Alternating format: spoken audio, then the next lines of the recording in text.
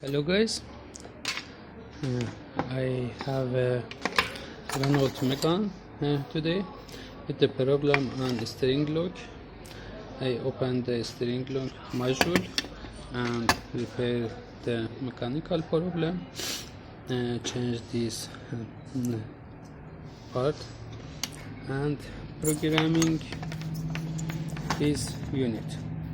This unit had the eprom with number 24C04. I pick up the IC and read the file. I see 24C04, and now we wanna version this file. You need just change all of the hex, convert to FF like this.